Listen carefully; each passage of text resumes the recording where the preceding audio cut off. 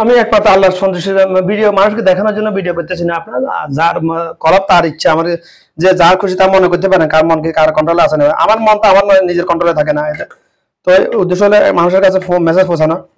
আমার কাছে এই অ্যালার্মটা আগে ছিল না, আজ থেকে এই অ্যালার্মটা আগে ছিল না বলতে মানে আমি যখন কালকে যখন পশুর বাজারে গেছি, ওখানে আমার আরো ভাইদের সাথে ওখানে যাওয়ার পরও অ্যালার্মটা আমার কাছে ছিল না আগে, যে আমার কোরবানি যে ওয়াজিব হয়েছে আমি এখানে কোরবানি করলে আদায় হয়ে যাবে, ওয়াজিব আদায় হয়ে যাবে, এটা ছিল না। কারণ আমি গতবার আগের বার কোরবানি করি নাই, শুধুমাত্র একটা মিথ্যা কথা বলার কারণে আমার মা আমার সাথে একটা মিথ্যা কথা বলছে, এই জন্য আমি কোরবানি করি নাই।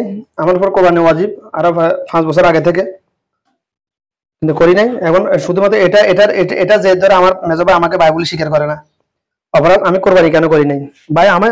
আমার হিসাবে এটা তো আমি আল্লাহর সাথে আমি দিব ভাই, তোদের তো একই ভাই। আজ পর্যন্ত কথা বলে না, অনেক চেষ্টা করছি আমি, সাইডটা এই আমি ফোন করছি, তার কাছে ফোন রিসিভ করে না, দেশে গেছি কথা বলে না আমার সাথে। আমি বাড়িতে গেছি এই জন্য বাসা ভাড়া করে ও এতে এতে কুয়েত থেকে আসে, আইবের আগে বাসা ভাড়া লই রাখছে, বোন আলাদা থাকবো, বাড়িতে থাকতো না। কারণ হচ্ছে আমিও দেশে যাবো, হাতে আমার সাথে দেখা করবে না, কথা বলবে না, এই জন্য এখন যে আমার সাথে কথা বলে না নিয়ত করছে ভাই, আমি হাতের গায়ে পড়ি, কথা বলে হাতে মনে কষ্ট কেন দিব? এই জন্য আমি আর কথা বলি না, মনে কষ্ট দিই নাই। তারপরে আসার সালাম দিয়েছিলাম, 2 দিন সালামে জবাব দেয় নাই। আসার দিন যখন ঘর থেকে বের হয়েছি আমি, যখন আল্লাহ কলমে আমার এই চিন্তাটা ঢুকাইছে যে আমি তো আর আজকের পরে আর কখনো দেখা হবে কিনা, দুইজন আর সামনাসামনি হবে কিনা জানি না, চোখের পানি ধরে রাখতে পারি না। ফোন করছিলাম আমার বোনের কাছে, হাতের বাসা থেকে বাহারে বেল্লা বলি, তো সেটিও হয়তো হাতের কয় নাই, হাতে কইলেও হাতের ভিতরে এরকম ইয়া নাই, এই জন্য এতে আমার কথাগুলো ইয়া করে নাই।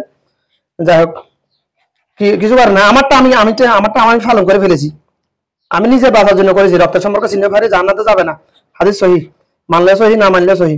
রক্তের সম্পর্ক যারা চিহ্ন করবে তাদের বিরুদ্ধে আল্লাহ নিজে বাদী হবে, ভাই। কোর্টের উকিল যদি, কোর্টের জজ যদি আসামির বিরুদ্ধে বাকি হয়, জজ কি বাঁচতে, আসামি কি বাঁচার কোনো কুদরত আছে ভাই? এই জন্য আমি নিজে বাঁচার জন্য হাতের গায়ে ফেললে আসে কথা বলার চেষ্টা করছিলাম, কথা বলা নাই।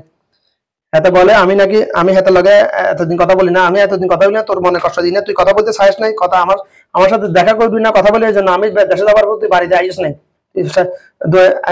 একদিন 2 দিন পর পরে মা বাপেরা দেখার জন্য বাড়িতে আই দিই, আমি যাবার পরে একবার সাথে বাড়িতে আইয়ে নাই, কেন আমার সাথে দেখা হয়ে যাবে এই জন্য আইয়ে নাই। এখন আমি ভাই হাতের গায়ে পড়ি, কথা বলি, হাতে মনে কষ্ট কেন দিব? এই জন্য আমি কথা বলি নাই, অন্য কোনো কারণ নাই। অহংকার কি জিনিস আমি বুঝি না। অহংকার আল্লাহ সাদা, যে অহংকার নিয়ে আল্লাহ সাদা নিয়ে টানাটানি করবে তার ধ্বংস অনিবার্য। হাদিস সহি, মানলে সহি না মানলে সহি। আমি অহংকার করার ক্ষমতায়, অহংকার করার অধিকার একমাত্র আল্লাহর। আমি কোন ক্ষেত্রে মূল্যবান হয়েছি ওইলাম যে ভাই অহংকার করতাম? অহংকার না ভাই, নিজে বাঁচার জন্য মানুষের মধ্যে চুপ থাকি, মাঝে মধ্যে কথা বলি, এতটুকুই ভাই।